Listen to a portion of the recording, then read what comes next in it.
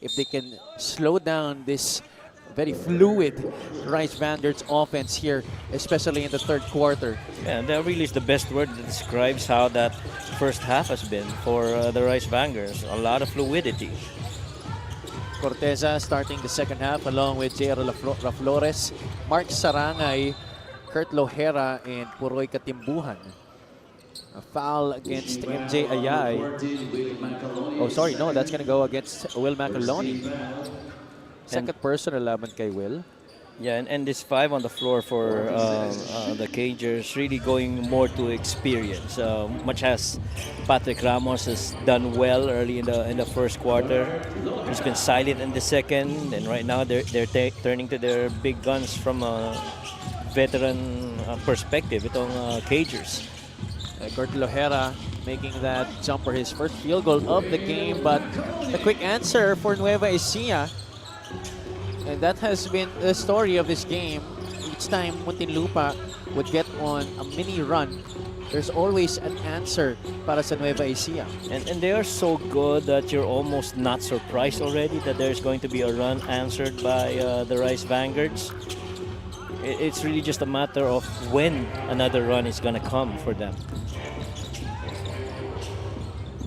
Macaloni joined by JV Marcelino, Byron Villarias, Robbie Celis, and MJ Ayay. Same starting unit para kay Coach Don Tulay. Ayay forces up a shot. Almost but not quite. He didn't make that shot, pero you see the scheme, you know, you get that ball on the post. Can Muntinlupa pull together a consistent number of stops? Nueva Ecija with the basketball. Villarias doubled there on the catch. Celis, jumper in and out, nobody boxing out. JV Marcelino, lucky break for Muntinlupa. Yeah, that would have been a quick putback para dito sa Rice Vanguards. Then pocket pass stolen. Corteza turns it over. Nueva Ecija on the run. Ayay bitin, but he was fouled. He will take 2 shots. Feeling ko alam rin ni MJ bitin yung take-off niya, you know? It's either it was too early or he didn't have enough power in that lift. Yeah, I think he miscalculated the jump. Pero grabe yung bit-bit. The only one I can recall that has that very similar, you know, bit-bit style is Dave Moralde. Ay pareho malaki kamay. We'd like to thank LGR, the official outfitter of the Maharlika Pilipinas Basketball League. It's really easy for, you know, guys with big hands to make those kinds of finishes. Oo. Kaya hindi ako nagda-dunk in game eh. Kasi maliit yung kamay mo. Okay. Si Tikboy maliit rin ang kamay nito, yung Tikboy. Ewan ko lang si Derek ha. Si Derek Freddy mga malaki kamay. 51-37, Muntinlupa with the basketball. Raflores passes up on the 3. So does Lohera. Katimbuhan was 2 behind for that pass. Turnover spining up now for the Cagers. They only had 11 against Mindoro. Now they have 15 in this game. And you can't afford that if you're the Cagers. That time, I felt that was a little bit of miscommunication on the trigger actions. You had Lohera driving downhill. I felt that Puroy could have filled the lower corner. And we saw that move earlier, and you know, it just keeps repeating itself. He just practically weaved his way through the cup there. Ito si Will Macaloni going up against the defense of March De Leon. Pero nakita mo yung dig-in kanina, yung tumulong, nag-stunt. I'm not sure if that was Kurt Lohera. And he really could not fully commit himself because there was a guy on the 3 spot. Didn't want to leave him, and you have to stay attached. So the primary defender got beat, couldn't help out and rotate, so that finished by Will. How can you defend against a Will Macaloni? You pressured him, he's going to do that. Oh. And you step out, Papasaan. he's going to go for that jumper or make the right pass. That's right. Flores knocks one down. And again, the question here for the Cagers is, can they actually make stops? See how spread this floor is. Arcelino in trouble. Gives it up to Celis. Robbie gets past the initial defender. The drop-off, beautiful play for Nueva Ecija. Oh, man. These guys are doing a clinic right here. I've always been every time it's a slot to slot, and you have Rob Celis in there, I feel you have the best decision maker at that spot. You have Will Macaroni rolling. He himself is a scorer. You've got shooters on the outside. Really, just pick your poison. Oh, See that here again. we go again. There you go. Celis to Macaloni. This duo has been working wonders for Nueva Ecija. Not just in this game, all season long. Emphasize the mental aspect of this game. They want to see more confidence in the second half that they can create opportunities for themselves despite facing Goliaths, ika nga ni Coach Gino. Now, defensively, they need to go back to the fundamentals like putting your hand up and communication. And offensively, they need to be more precise. In Coach Mark's own words, hindi pwedeng bara-bara ang opensa sa Nueva Ecija. He asked them to be more deliberate and intentional on that part. Alam nyo ba, this is Miggy Cortez's first time to meet and play against Nueva Ecija kasi hindi niya pala ito inabot last season and he only had one practice with Muntinlupa before this game. Kaya the coaches understand the adjustment period. Sabi nga ni Miggy, grabe ang galing ng lahat. Nagugulat daw siya sa Marcelino Twins, kay Will at Robbie Celis. Well, sino ba naman ang hindi? Di ba, Javi, Coach Mike? Tama ka dyan, Sid. I mean, if you don't marvel and these players, actually halos lahat dito sa Nueva Ecija talagang katingatihan. They would really are people who you would really look up to. Oo. At saka ibang klase yung, I mean, the culture itself. I mean, ibang klase yung togetherness. They have a good set of coaches. The conditioning coach, whose name I failed to recall, has been really good in priming up these guys. And just different guys getting pulled off the bench, each time performing. And when you look at, let's talk about Rob Celis right now. He's on the cusp of a triple-double. He's 9 points, 8 rebounds, 8 assists. Doing a little bit of everything. Well, Kurt Lohera for Muntinlupa has 8 points. But still a long way to go here as they try to traverse the journey of trying to get back from a 16-point lead. 4 minutes gone by here in the third quarter. Marcelino gets past the defense there but was bumped after the pass. That action alone, Javi. If you could see that again, you'd see JV having that drive left side of the floor. You know he's strong going that side. And then you have on the corner MJI on the weak side corner, you have Villarias. On the weak side post, you've got Jammer Hamito. And a possible dive roller from a slot, si Rob Celis. How are you going to adjust defensively? That's been the question that Coach Gino Ludovice and his team have wanted answers for this entire game. A good thing they get a stop here. Which I feel is really the message of the coaching staff of the Muntinlupa Cagers. Consistent to that report by Sydney. Everybody's got to stay attached, got to stay committed defensively because you are at some point going to marvel at how these guys play together on both ends of the floor. Kurt Lohera once again will troop back to the free throw line. Perfect from the charity stripe in this game, 6 out of 6. He's getting on a rhythm slowly here in the third quarter. 8 points, 5 rebounds para kay Kurt Lohera.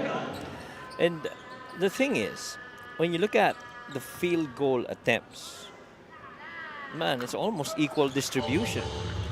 This free throw of the game brought to you by Extreme Appliances, ang subok at kompletong appliance brand ng Pilipinas. Almost everybody is clustered at almost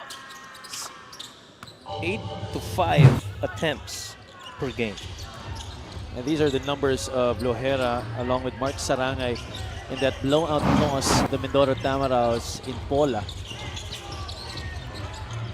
Well, Kurt tried to even Mark tried to continue what Patrick really started, but it was at that point in the third quarter when the threes were really falling from you don't know who. Almost everybody was knocking down three-pointers, and I mentioned names. Heck, even MJI is 45% from three. And the very few times that he's taken a crack at a three, it's almost half of it is going to go in.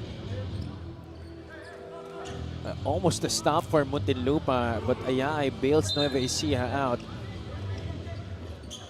Those types of plays is really demoralizing for a team that's been trying to get back in this game. A solid screen set there by Hamito that decked ito si Puroy Katimbuhan.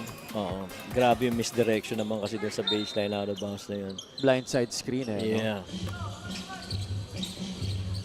And just when you thought that ball was going to go ball side, the attack release was on the weak side. Patrick Ramos has not yet made an impact here in the second half for Muntinlupa. Hayes swings it to the left side. Matiliano. That's a screen from Sarangay. Hamito switches out, gives him space. Domark Matiliano from the outside.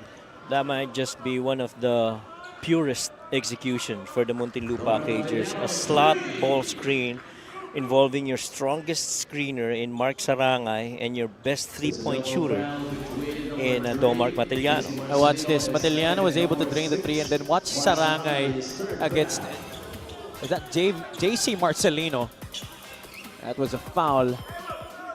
And now, Muntinlupa within 13 points. At saka alam mong tatama yung screen na yun kasi hindi naman three-point shooter itong si Mark Sarangay. So, no way he's gonna slip that screen. He always is gonna find a way to free up his teammate. JC, the former MVP, drives left, puts on the brakes. Hamito blocked by Hayes. Good defense. That's a shot clock violation against NUEVA ECIJA. So the stops starting to come now for the Cagers. Yeah, they're getting stops. Now you gotta convert on your end, get some points off of it. Points in the paints have been what, plus 26 in favor of NUEVA ECIJA. That's 40 and 14. Really just shows you, a lot of ball movement. Ramos heavily pressured here. That's a foul. Which Marcelino is it going to be on? Now, I like this attitude of Patrick Ramos. He's taking it to the Twins. Those were JC and JB from the backcourt trying to trap him. But he just continues to play, keeping that ball alive. JC will be called for the foul.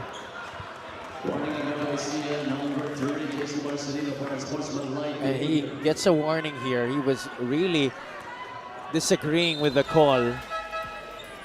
Here's what happened. They trapped that side. And then JC goes over there to help too, but Didn't not look really like too it, yeah. sure about Yeah, that. didn't Parang look- hindi natamaan eh, no? Yeah, didn't look like it. Mas ano pa nga kanina, feeling ko yung kapit ng inner arm ni JB na, impeding the intent of Patrick going one way. Yun nga rin yung tingin ko eh. And that's why Coach Don Dulay will challenge this one. We'll take a short break.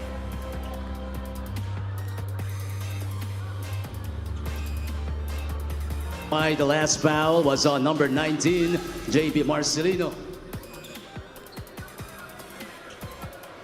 So the challenge has been nullified. Tama tayo eh. Oo. Di tumama talaga si JC, but it was really JB who was in the way of Ramos there. Yeah, There's the yun. push. Yun. Kasi there were two instances. One with the inside arm leading the movement and the other was that bump. So it was clearly a case, Javi, of mistaken identity. Oh, for sure. I mean, Yeah. ikaw ba naman, Coach, di ka ba malilito na Pero may number at, in jersey. at tatawagan mo ng foul? Eh, syempre, Coach, may number sila pareho, Oo. pero pag magkadikit sila, Yeah. Actually, yan rin ang tanong ko dati kala Chief Sedelpe. Paano nga rin ka nalalaman outside of the game kung sino si JC at saka sino si JB? kasi identical twins sila eh. The only differentiating factor for me, aside from their jersey numbers, is kaliwete si JC and right-handed ito si JB. Kaya Pero tama ka dyan eh, off the court, how would you know? Oo. Kaya kanina, parang ika nga ni Shaggy, ang mention itong kambal is, it wasn't me. Jammer Hamito scoring inside there para sa NUEVA ECIJA. He's taking advantage of that late rotation. Under 4 minutes to play here in the third. Yeah. Ramos. 8 seconds on the shot clock. Behind the back, Patrick Ramos leads in and wow. scores. Tough finish for Patrick Ramos. Oh, wow. You see that finish have. Left hand draped the defense all over. 9 points in the game for the former JRE Heavy Bomber. But the answer by another former MVP in John Wilson, that was a three-pointer. 64 to 49. Muntinlupa just can't seem to fight off these vanguards. Yeah, mabilis na sagot para sa Rice Vanguards in that situation. Oh, you love this Patrick Ramos right now. Oh, he is determined, but he turns it over there. Good thing last touch on John Wilson. So Muntinlupa with 5 seconds to get off a shot. This is our play of the game brought to you by 1xBet, the title sponsor of the MPBL. 1xBet, your choice, your victory. Feel more game with 1xBet. That was a very tough angle to work with. At some point, that's gotta land in the top 10 place of the week. I'm pretty sure about that. Not a lot of people can make that. Atiliano misses from way downtown. The shot clock was winding down. Marcelino picks up his dribble. Manaytay now on the right side. He hasn't been playing a lot in this game. It is Christian Manaytay. That's because Will Macaloni has been splendid for Nueva Ecija sa laro na to. Matiliano comes up with a steal and is fouled. And you will give Domark Matiliano 2 free throws. Ito, nagugustuhan mo yung effort nito ng Cagers right now. They forced the Rice Vanguards to their 10th turnover. And more importantly, Patrick Ramos, he's playing unfazed. He's not afraid. He's confident, and he's just bringing it to the Rice Vanguards. This young man is actually performing real well for the Cagers. Matiliano will take 2. Ron Lastimosa checks back into the game para kay Coach Gino Ludovice. The 2 minutes and 48 remaining in the third. Still a huge chance for the Cagers to drop this lead to about maybe 8 to 10 points going into the fourth quarter.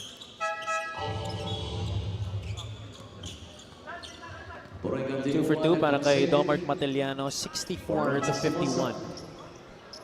Puroy Katimbuhan looking to check back into the game. Matiliano will take a seat on the bench.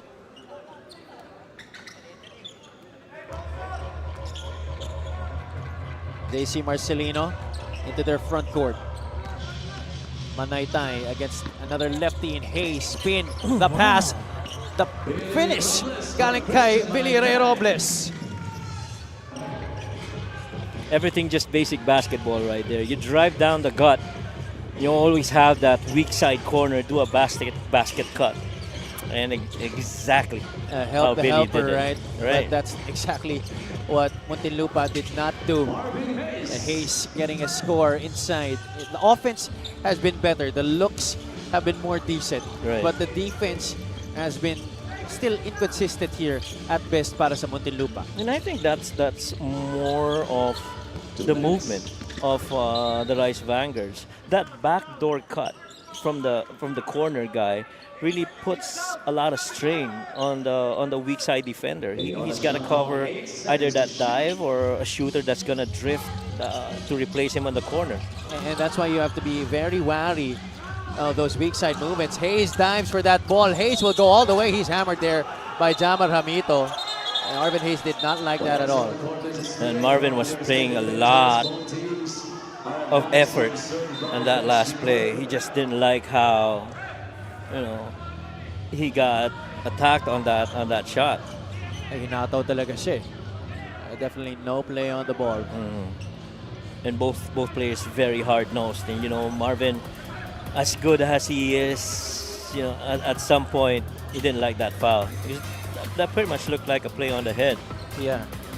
Natamaan siya sa may bibig eh. It really has been a very frustrating night for Marvin Hayes. He's been struggling from the field, although he has 6 points already, but he has had to bleed for his points. Yes. And you have to understand that he had to dive for that basketball before that shot attempt. Exactly. And nakita mo yung effort kasi niya, He's been doing all the dirty work para dito sa Cagers, closing out on shooters, having to go up against a very tough interior passing of the Nueva Ecija Rice Vanguards. And, that at some point is going to spill over. Much as we love how Marvin Hayes has been, sometimes the heat of the moment comes to you. For excessive hard contact. Technical foul on Marvin Hayes. Technical foul on Jomar Hamito, both were unsportsmanlike behavior. There you Jomar go. Hamito had a He's technical out. foul, combining with unsportsmanlike foul and out of the playing Hamito court. will now be ejected from the game dahil natawagan na rin siya for an unsportsmanlike foul. Or for a technical foul rather. So In that those, sequence, yeah. those two combined is, he's out. But the big question now is, what does this do to the Cagers? Does this wake them up? Or does that steady flow and poise of the Rice Vanguards continue to, exist for them in this game? And there you go. That was the hit. Yeah. Galing kay Jammer Hamito. So 2 free throws plus ball possession. Yeah. Nanggagaling rin kasi si Marvin, tingin ko dun sa, ang ganda na ng pagkakascreen ni Market. In no way you're getting to Marvin Hayes. But for you to get over and go over Mark Sarangay without that possibility of getting a block for that shot, that's what he did like. And fair enough for Marvin Hayes. 15 out of 21 now from the free throw line. Itong Muntinlupa. Hayes goes 1 for 2. Pero kung ikaw naman si Coach Gino, gusto mo yun dahil, Ay, syempre it naman. wakes up a little spark in your team. And that's what Marvin Hayes brings to a team. That fire, especially on the defensive end. That's right. Ramos, shot clock winding down for Muntinlupa. Sarangay wants it off the glass. Not really the right angle there, but a foul called against NUEVA ECIJA on the loose ball. Oh, I think that was on the cage. Oh, Marvin Hayes, right? Hayes will be called for it. Okay. Yeah, because John was trying to elevate for that defensive rebound, but Marvin Hayes pushed him from the back. Well, both teams have already been over the limit for the last couple of minutes. So Wilson will be taking 2 free throws here. Oh, uncharacteristic miss on the free throw line galing kay John Wilson. Currently with 5 points. He had 17 against Cebu. And he really was actually the main cause of that surge after the Coach Don Dulay might say, a run that he was unhappy about. That's right. And right now, the Cagers got to play with a lot of defense because when you look at their games, when they win, they score roughly 84 points. When they lose, they score only 67. And at the rate they're going right now, they're at 54 with almost a minute and a half and the entire fourth quarter coming. They got to score real quick in bunches here and not allow more points for NUEVA ECIJA if they want to steal this one from the Rice Vanguards. Flores missing badly on that 3. Muntinlupa only with 3 3-pointers in this game. Wilson. Good effort. Pass picked off by Katimbuan. Flores is ahead. Wilson will give up the foul. 2 more free throws para kay Poroy Katimbuhan. I felt Poroy already had J.R. Flores running that middle lane. It was technically like a one-on-one with Nick right there, but Poroy chose to drive middle. And so he got fouled. That would have been already a quick outlet over to J.R. Flores. Oh, Katimbuan man. missing on the first free throw. 15 out of 22 now. Itong Muntinlupa from the free throw line. Katimbuhan is only shooting 59.1% this season. 1 for 2. 67 to 55. 60 seconds to go here in the third quarter. And the thing is, Poroy's rarely got into the line. He's only gets there roughly about 3 per game. Oh, Marcelino sees a lane and makes something out of it. Silky smooth para kay JC Marcelino. Sobrang suabe, untouched, leaner of a left-hand finish on the right side of the floor. Back to a 14-point lead. Hayes There you playing go. two-man game with Patrick Ramos. Stolen by the Rice Vanguards. Robles left that one short. Lastimosa chases it down. Ramos in transition. Hayes Nice pass. cutting through the middle. Misses it. Flores fouled on the putback attempt. 2 shots para kay J.R. Flores.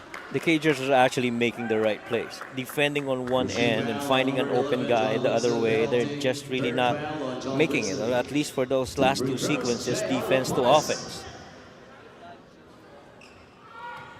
Well, at least they haven't been in that deep hole like they were moments ago. The lead was 18 para sa Nueva Ecija kanina. There's another Superman right there. Sideline for this game. Oh, both free throws missed by Jera Flores. Tosi Tancinco also the inactive roster. 5 seconds left. Oh, man. JC Marcelino up and under. Oh my God. Kulang lang ng konti yung pektos doon. Pati ako nagulat eh. Pati siguro siya nagulat na sobrang libre. Oo, grabe. In this game, 14-point lead for the Rice Vanguards heading into the fourth quarter. Was Rudy Distrito on the sidelines here at the Pasay Astrodome. And I'd like to say, when we were in Pola, Mindoro, I love the conversation we had over dinner with the coach and Chief Rudy. Ay marami talaga silang kwento. Kaya masarap pag, pag out of town, pagkasama sila, matindi talaga yung kwentuhan. By the way, before we get things going here, we'd like to greet our statistician and his wife. 34th year wedding anniversary to Gilbert Aranda and Zoraida Santa Ana Aranda. Sweetness overload. Grabe naman yun. Grabing Kakilig sweetness naman yun. Quarter scoring right there on your screens. It has been a very sweet ride offensively for Nueva Ecija in this game. Oh, yes. And pretty much everything going well para sa Rice Vanguards. And I guess we can say that the third quarter was pretty much a better quarter for Muntinlupa, showing a lot of fight. The first time they were able to get past 20 points as Nick Demusis gets in for the putback. Riza Diaz in attendance here. Of course, the better half of Nick Demusis. She has always supported Nick in every game so far. And JV Marcelino breaks away. Ito ang naging problema ng Muntinlupa. Those turnovers have been a thorn on their side. And remember when we talked about earlier that when is that run gonna come? And right now, this seems to be it. The screws are tightened by the Rice Vanguards. Full court pressure. It's such a terror to be terrorized by these two twins in the backcourt. Fast break of the game there brought to you by Extreme Cool Air Conditioners. Ang Extreme Magpalamig. Free installation for split type air conditioners. Again, happy 34th year wedding anniversary to Gilbert Aranda and Zoraida Santa Ana Aranda. Grabe naman yun. Oh. It's so sweet. You have to hear it twice. Yun na nga eh. Mukhang masarap ang luto pag-uwi ni Gilbert. Tingin ko rin. Oh, wow. Good free. Kurt Lohera knocks it down from the outside. Only the fourth three-pointer in this game for Muntinlupa. Well, actually, both teams have not been able to drain a lot of three-point shots in this game.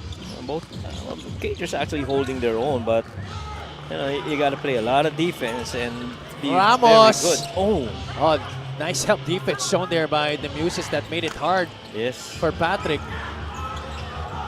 And you like the effort of the Cagers here. Oh, JV did not realize that the shot clock was nearing 8 seconds there. That's a violation against the Rice Vanguards. A rare one for them in this game. This three-point shot brought to you by Extreme One-Stop Shop Appliances. Kurt Lohera. And again, another good decision right there by Patrick Ramos. You know, the hockey pass leading to that pass. 73 to 58. 15 ang hinahabol dito ng Muntinlupa. Katimbuan with a hand in his face. Off the heel. Rebound collared there by the Muses. And Caloni. Go ahead, Coach. you know, I was gonna say that was another side ball screen with Will Macaloni and JV. Katimbuhan steals it away from Macaloni. And Poroy will win the foot race. 73 to 60. I'm sure some of the locals of Muntinlupa are loving the effort of their Cagers. At isa na dyan, ang isa sa assistant coach na dating assistant coach rin ng Cagers, si Coach Jerry Andaleon, who is right now in Tagaytay with better half Mimi watching the games. Sana all nasa Tagaytay. Happy viewing po sa inyo, Coach. And I hope you're enjoying the cool weather right now. Huh? Oh, yes. Lalong-lalo na sa Tagaytay. Yes. Katibuhan here with the steal. and gets to outrun Will Macaloni, but his Cagers still down by 15 points here because of this basket made by JC Marcelino. Another breakaway to the hoop for the former MVP. 10 points in the game sa Maharlika Pilipinas Basketball League. It's day 87 already. Can you believe that? Ang bilis, no? Parang kailan lang nag-opening tayo sa Ilagan. Oo nga. Bilis, grabe. That's what they say though. Time flies when you're having fun, right? Oh, yes. Are you having fun? Ay, definitely. Gulat nga ako, fourth quarter na itong game na to. Dominic Montiliano with a rare basket. He has struggled to put points on the board. 75-62. Hindi mabababa nitong Muntinlupa itong kalamangan ng Nueva Ecija. They go on a short run pero may sagot parati talaga itong Nueva Ecija. Oo. Marcelino, hesitation, takes it to the cup. Gets fouled there by Mark Sarangay. It has been a lingering problem for Muntinlupa how to defend JC Marcelino going downhill. Oo. Ang importante dito, nakikita mo yung effort nitong Cagers. Hindi basta tumitiklop. Ano? I mean, for you to be able to stay, you're down what? Just 13 points against the very efficient Rice Vanguards. And I tell you, the Rice Vanguards have tightened the screw. Pero ito lang ang kalamangan na meron dito ng Rice Vanguards sa Muntinlupa. Well, the nice thing about Nueva Ecija is when you try and take away that movement of theirs offensively, they have lots of guys who can improvise and create situations for themselves. Oo, totoo yan. Even parang to your point, even if you abandon the system, you would still have really good basketball players making good decisions and good reads. You're right. There's a foul away from play. And Muntinlupa, you know, they're not the only team that's had problems with JC Marcelino this season. Yeah. All teams have had problems with JC. Yes. All 16 of their victims. Yes, very true. And you love the composure of Don Dulay. You know, some coaches might have gone, hey guys, this is just the Muntinlupa Cagers. They've lost their last 4 games in double digits. You know, you gotta pound it, and iwanan natin yan. But he understands, you know, this is also a tough Muntinlupa Cagers team that is really just bringing the compete to them.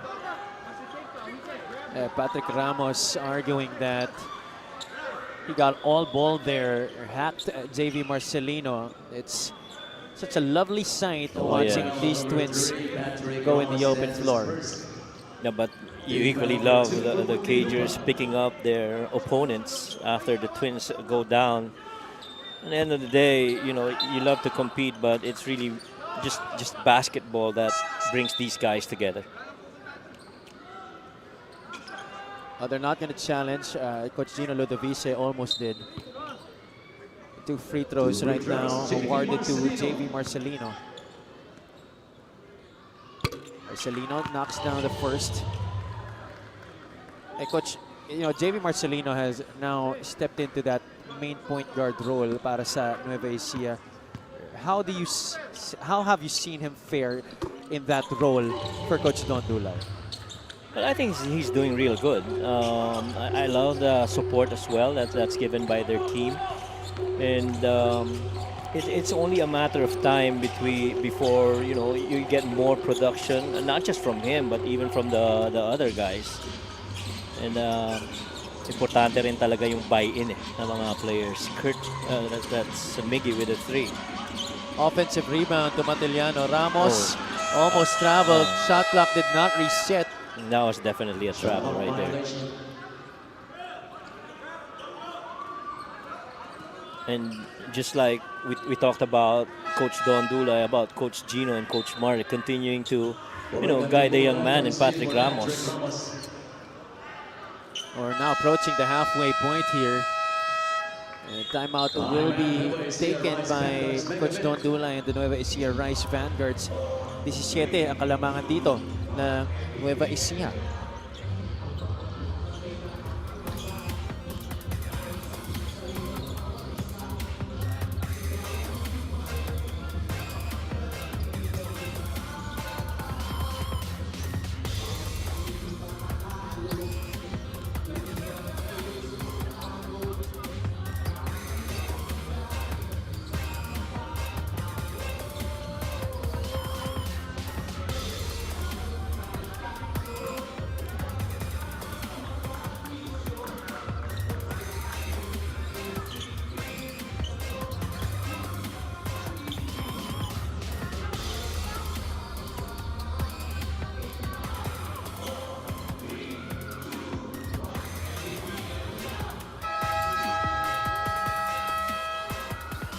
Check out our special deal from 1xBet when you scan the QR code and claim your special offer.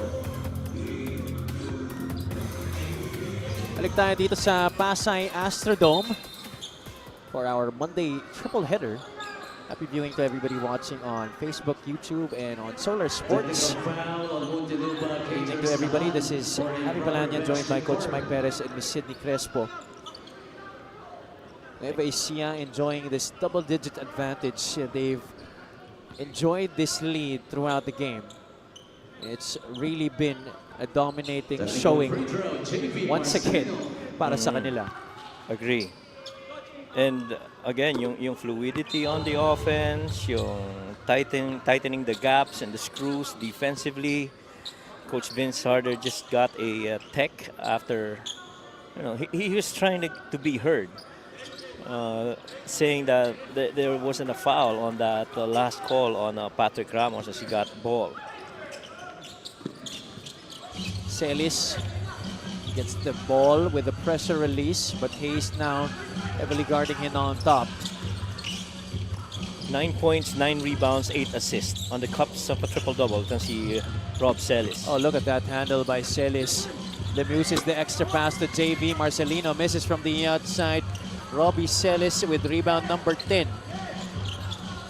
Celis puts it up, loses it. JV, tough look, gets fouled there by Marvin Hayes. And once again, the coaching staff of the Cagers did not like that. A late shot clock situation. One can argue that there might have been that foul on Rob Celis instead of this one. JV will be testing his unblemished record from the free throw line here. 4 out of 4 now. 81 to 62. Time slowly slipping away here for the Cagers. And really just staying in control. Matiliano, Corteza, Hayes, Sarangay, and Peroy Katimbuhan. This unit on the floor will try to make a last-minute surge for Muntinlupa. That's a foul against JC Marcelino. I still feel that for the Cagers to come out victorious in their later games and even this one, you have to have really good volume shot attempts from your top scorers like Roy Cantimbuhan, Domark Matiliano, and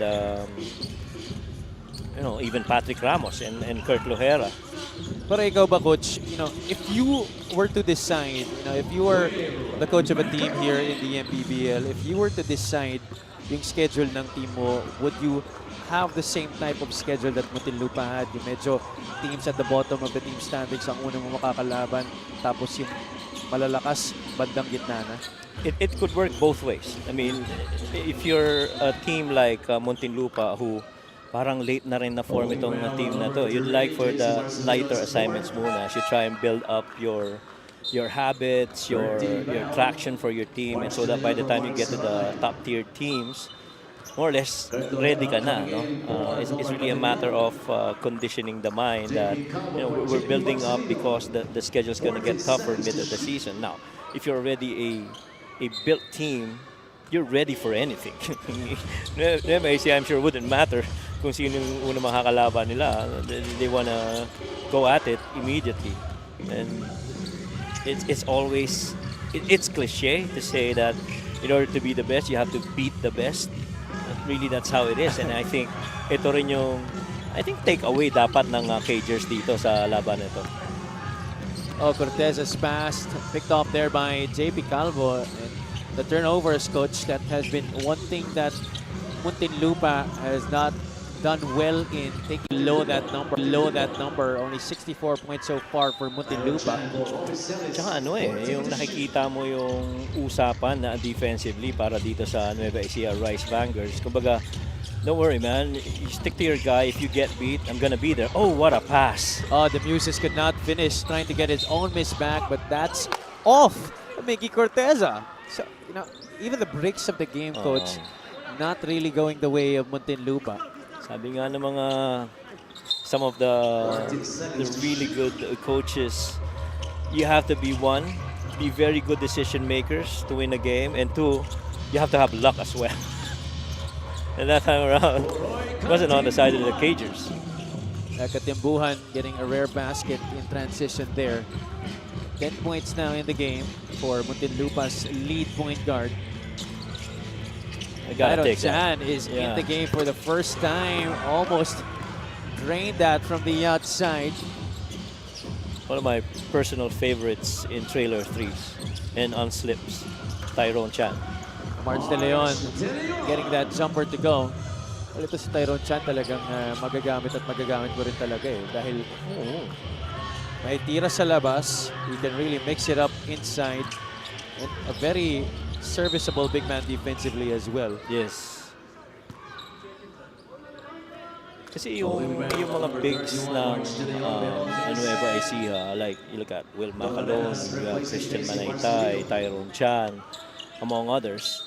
When you give them the ball up top, they can decide for a high-low. They can decide to attack if they want to. They can decide to shoot. They can to initiate a side weave or little Chicago action that side of the floor. And then there's a different ways that they can actually get themselves involved, not just to be staying up top and receiving the ball.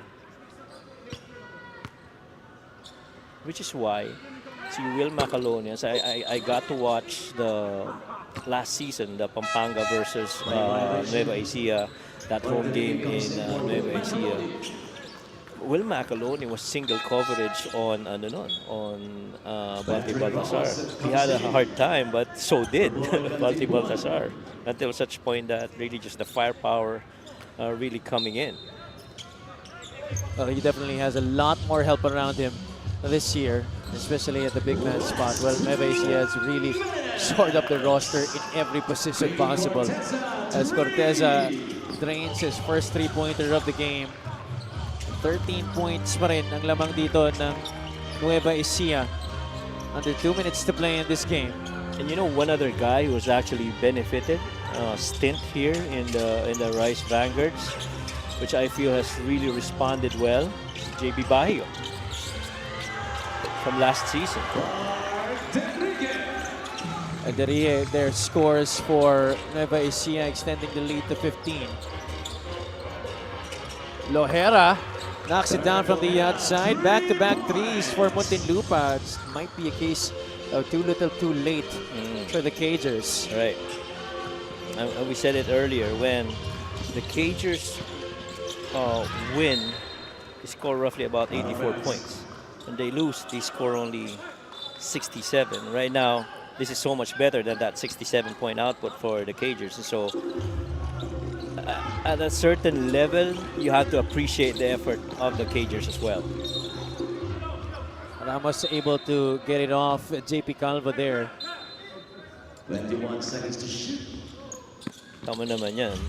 Talagang they don't mind what quarter it is, who they're going up against. They are going to stick to their principles of play. We will make it difficult for you to bring down the ball, and that's the plan, regardless what the score is. And I think Coach Don Dulay, putting in his shock troopers this early before the game ends, really a testament to how he trusts. Nueva Ecija Rice Vanguards looking primed for their 17th straight victory against the Muntinlupa Cagers. The leaders of the South, the Zamboanga Sikat Families brand Sardines, go up against the Pasay Voyagers on their home floor. Their newest member, Carl Brian Cruz, will be seeing action later on. Hayes for three. Prior to that, Muntinlupa was able to hit back-to-back from the outside. JP Calvo will definitely try and slow things down, try to get as much clock down as possible. And si JP Calvo, no stranger to system ball. Plays a lot of in teams, a lot of good schemes. Couple of lefties that side of the floor. Lohera launches off the back iron. Dondo Narena tapping it to Tyrone Chan. It's crazy to think that JP Calvo is your second, third Yes. string point guard. But asahan mo, pag come the big games, he's gonna earn those minutes. He just needs to, see first how things run and how he's gonna fit in with the guys. And I don't think JP is gonna have a difficult time doing that because, as we mentioned at the top of the coverage, this is a very selfless team that plays with a lot of togetherness and a lot of joy. Nueva Ecija Rice Vanguards, they bucked the ejection of Jammer Hamito earlier. It was just definitely a struggle all game long for the Muntinlupa Cagers. Another dominating victory for Nueva Ecija. They stretched their unblemished run at the start, and he was consistent until the final moment. Yeah, we also would like to acknowledge the effort of Rob Selly. It's almost